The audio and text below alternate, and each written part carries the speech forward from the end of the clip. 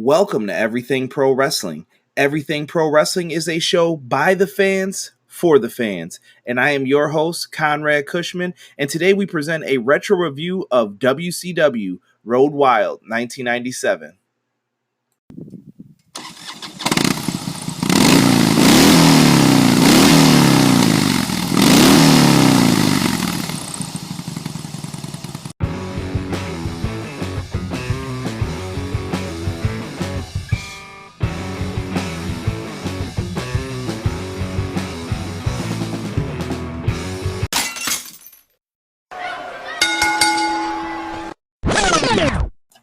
All right, guys, I wanted to give you a little brief history update for this show. Now, keep in mind, during this time, WCW was sitting on top of the wrestling world. That's right, because their promotion was the #1 wrestling company in the world. It's unbelievable that people sometimes forget that. But at this time, the WWF was trying to scratch and claw their way back up to the top, and WCW was standing there waiting to kick them down. And for 83 weeks straight, Eric Bischoff did that. Now, you also have to remember the roster at this time. WCW had the NWO. They had Hulk Hogan, Scott Hall, Kevin Nash, Macho Man Randy Savage, and the NWO names can go on. And for WCW, they had the Giant, Diamond Dallas Page, Lex Luger, Sting, and I can keep going on with names. There are nothing but big names throughout this entire event, and it's something very cool to see. Now, we're going to get into how WCW and WWF were different, but I do want to let you guys know that all my life I was always a WWF guy, and I did enjoy watching WCW from time to time, but WWF was always my #1, and maybe that's because I'm based on the East Coast. But WCW was always good, and they always had excellent talent, and you're going to see some of that talent on this show. So let's not waste any more time, and let's start talking about Road Wild. All right, in our opening contest, we had NWO, the team of Vicious and Delicious, Buff Bagwell and Scott Norton with Vincent in their corner, versus Harlem Heat with Miss Jacqueline. Now, Miss Jacqueline didn't start off the match in Harlem Heat's corner. In the match, we saw some sloppy in-ring work, and it's hard to explain why. Maybe because of Scott Norton's style in Japan. Maybe Buff Bagwell wasn't as seasoned as he thought at the time. Maybe it was Harlem Heat coming out there and they were just a little bit taller than the competitors. I don't know what didn't click. Maybe they didn't practice this match enough beforehand, but it was a little bit sloppy compared to how crisp wrestling is today in 2018. Now, the match had some funky spots in it, but they still managed to keep it together, and Miss Jacqueline helps Harlem Heat pick up the win after interfering. She gets on the rope and basically grabs Scott Norton's face and starts punching him behind the referee's back, and he eats 2 Harlem side kicks from Booker T for the 1-2-3. I gave that match a C- overall. Decent showing for the teams, but I still expected something a little bit better. All right, guys, before we review our second match, there's something that I wanted to get off my chest that happened in the beginning of this event, and it basically goes back to something I heard on 83 Weeks with Eric Bischoff and Conrad Thompson, where Eric Bischoff mentioned on the Hog Wild episode that he disliked the camera shots during the daytime because of the look it gave the event, and I want to give Eric Bischoff some credit right now for that as well. Eric Bischoff did an excellent job of standing out and making things look different, and from a guy who watches WWE almost every week, I really enjoy when someone puts the time in to make something look different.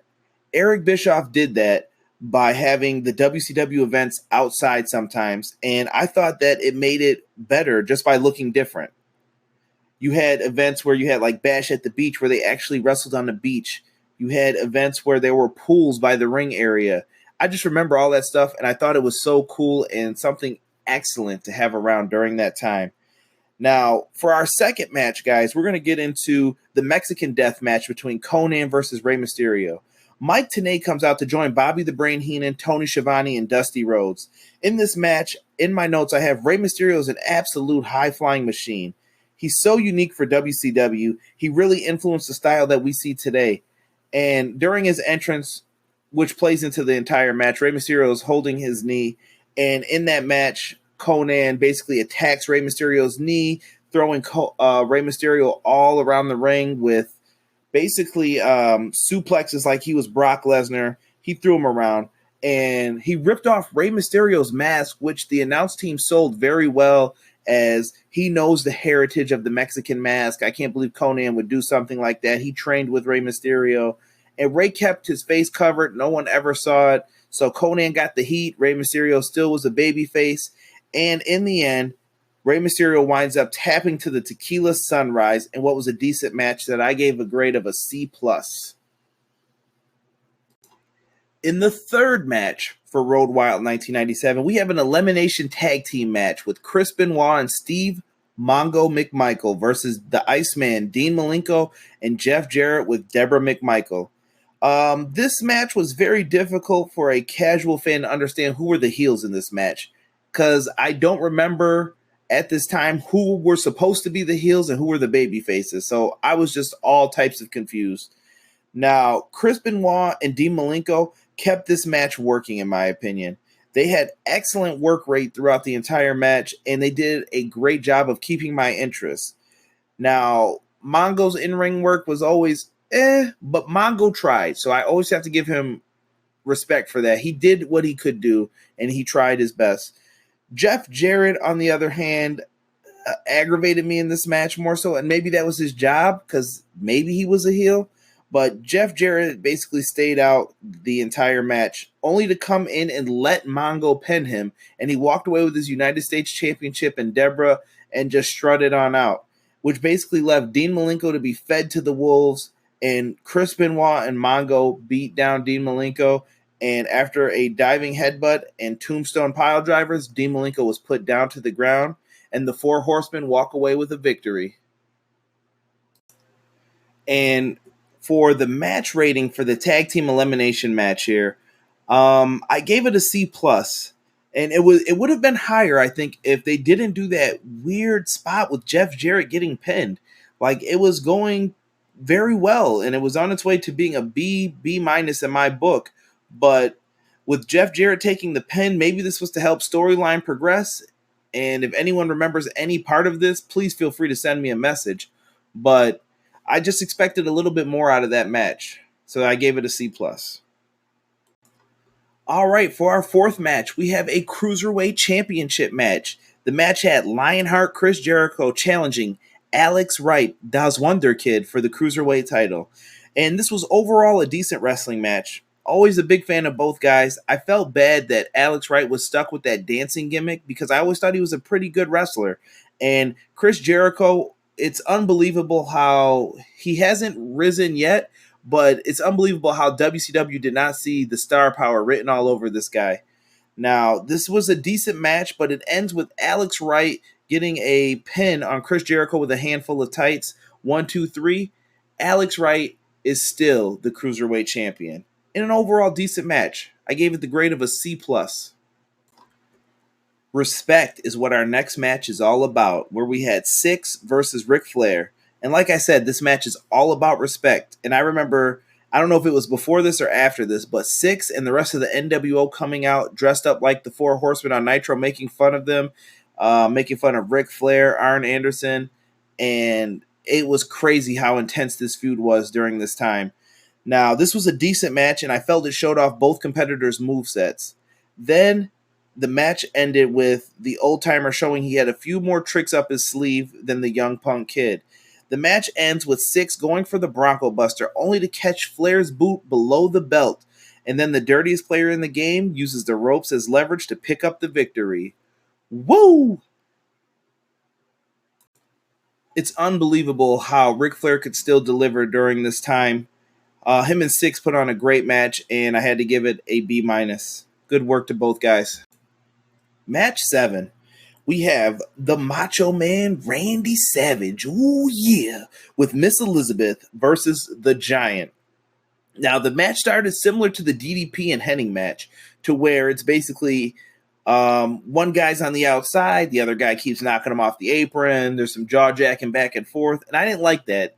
2 matches back-to-back should not start off the exact same way, so that's just my opinion on it. So the match was very slow, and the pace really just didn't click with everything else that was going on. And it wasn't a bad match. It was just what I expected, but I was hoping to get a little bit more out of these guys. But they weren't in a main event like feud at the time, so I guess I really can't complain about that too much. Now, the match ends when the Giant winds up catching Macho Man jumping off the top rope and hits him with the choke slam. So a big win for the Giant, and hopefully that leads to bigger things to come in the future. I went back and forth on the match rating for Macho Man versus the Giant, and it was real tough for me to decide on what I was going to give this matchup. And it was either a C or a C minus. And based on what I had finally thought, I do feel that the match delivered on what I expected. I was just hoping for a little bit more with Macho Man Randy Savage being in the match and the Giant being younger at the time. Hoping to see maybe a drop kick off the top rope or something just a little bit different from him. But it was a basic match, so I feel that a C is a fair grade for this match. What's up, everybody? It's your boy Prophecy from the Suplex Session Podcast, where I give my analysis on your weekly pro wrestling programming. Baby! Right now, you are listening to Everything Pro Wrestling with my good friend Conrad. Stay tuned. Our next match is a tag team championship match for the WCW tag team titles, as we have the Outsiders, Hall and Nash, who are the champions, defending their titles against the Steiner brothers with Ted DiBiase. I had to give this one a grade of a C+, guys. It was a decent match because of how the match was hyped up, but the ending leaves you feeling kind of meh. And we'll talk about it in this match. The match was a basic tag match from the 90s. Scott Steiner was inside of the ring taking a beating the entire time from Scott Hall and Kevin Nash, whether it was just consistent elbows or body slams. They basically cut off half the ring and made Scott Steiner stay on that half. And when Scott Steiner finally gets the big tag to Rick Steiner, the place erupts. You can hear everyone revving their bikes. They were big fans of the Steiner brothers out there for this match. And what winds up happening is Scott Hall gets put onto Scott Steiner's shoulders, and Rick Steiner hits that trademark bulldog from the top rope off of Scott Steiner's shoulders. They have the match won. Scott's got the pin 1, 2, and Kevin Nash pulls out the referee, and the ref runs back in and says, "Ring the bell." And the Steiner brothers are left to believe that they've won the WCW tag team titles. DiBiase grabs the belt, both belts, and he winds up looking foolish. Why? Because you could see it a mile away that it was a disqualification. The ref never counted 3, but DiBiase's arguing with the referee, who was Nick Patrick at the time, and the winners of the match were the Steiner brothers by disqualification, which is the meh ending I was talking about. But Hall and Nash keep their tag team titles. Very sad to see the match end like this. I don't know. I expected something better, but in this match, if you want to see Scott Steiner in his prime right before he becomes Big Papa Pump, this is a match that you want to check out and watch Scott Steiner work in. And now we are to the main event of Road Wild 1997.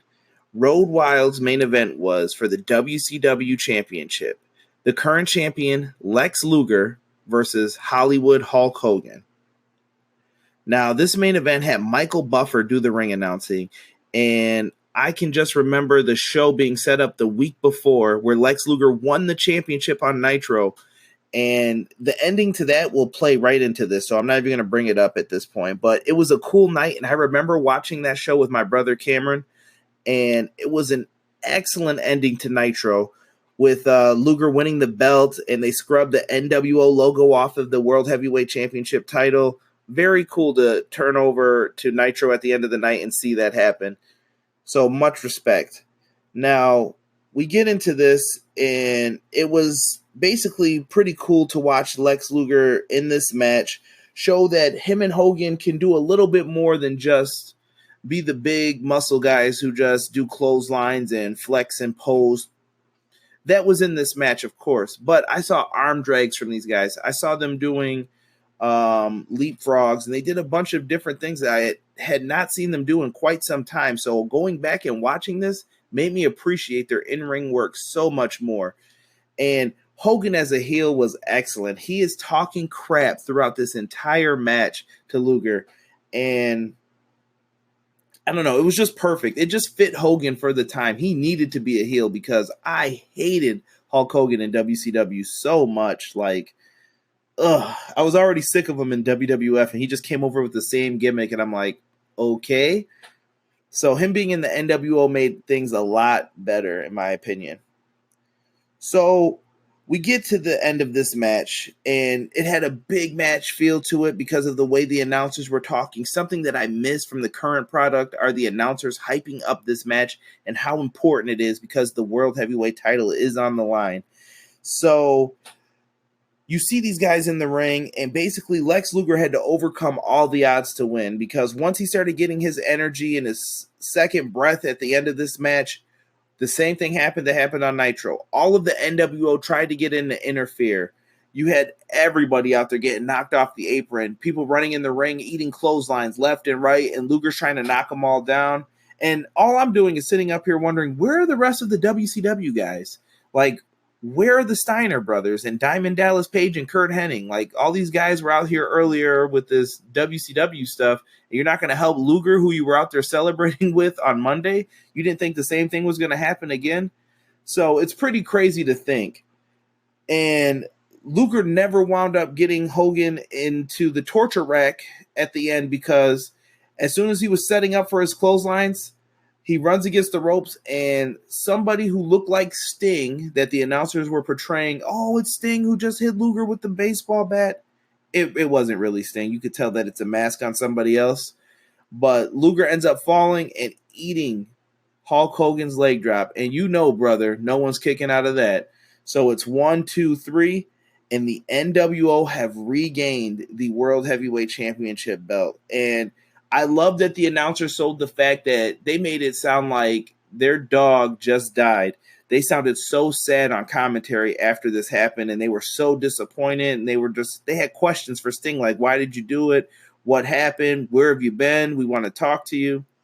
So it was pretty cool to see that. And then, like I said, all those people that I mentioned before come out afterwards to check on Lex Luger. Where were you guys before when the NWO came out is my question. So decent match. I gave it a C+, and I thought that they did a tremendous job with this match. And I know I spent a lot of time on this one, but it was just a great feeling of a main event to have so much hype built up around it, and it's just something that I miss in the current environment. And that's something that I think people who watch wrestling today can learn from this event, was to have the announcers hype the events and make things feel important. With that being said, guys, let's talk about the overall grade for the show. All right, guys, overall for this show, it's very tough to decide a grade for this show. I mean, I really have to sit here and ponder the goods and the bads. Were any of the matches really blow-away matches for WCW? I didn't think so, not on this night at least. Now, they had some decent matches, but they had a lot of star power as well. The event in Sturgis, were those guys all wrestling fans? Obviously they weren't. But it was cool to have it in somewhere else, like I said, in the daytime. And it just had a different feel to it. I don't know, man. It's tough. And after that title match, you get a scene backstage with the NWO celebrating, and Dennis Rodman is backstage with them, showing how mainstream WCW is at the time, and he spray paints the NWO logo back on the World Heavyweight Championship belt. And with that being said, I have to give this show a C+. It didn't do too much, and it's not something that I'm going to tell everyone you're going to enjoy if you go back and watch it for its ring work. But if you miss WCW, this is a fun event to go back and watch and just remember the times that happened in the summertime years and years ago when WWF had competition. Overall, though, I thought it was a decent show, but nothing that I go back and rewatch again and again and again. Oh, thank you.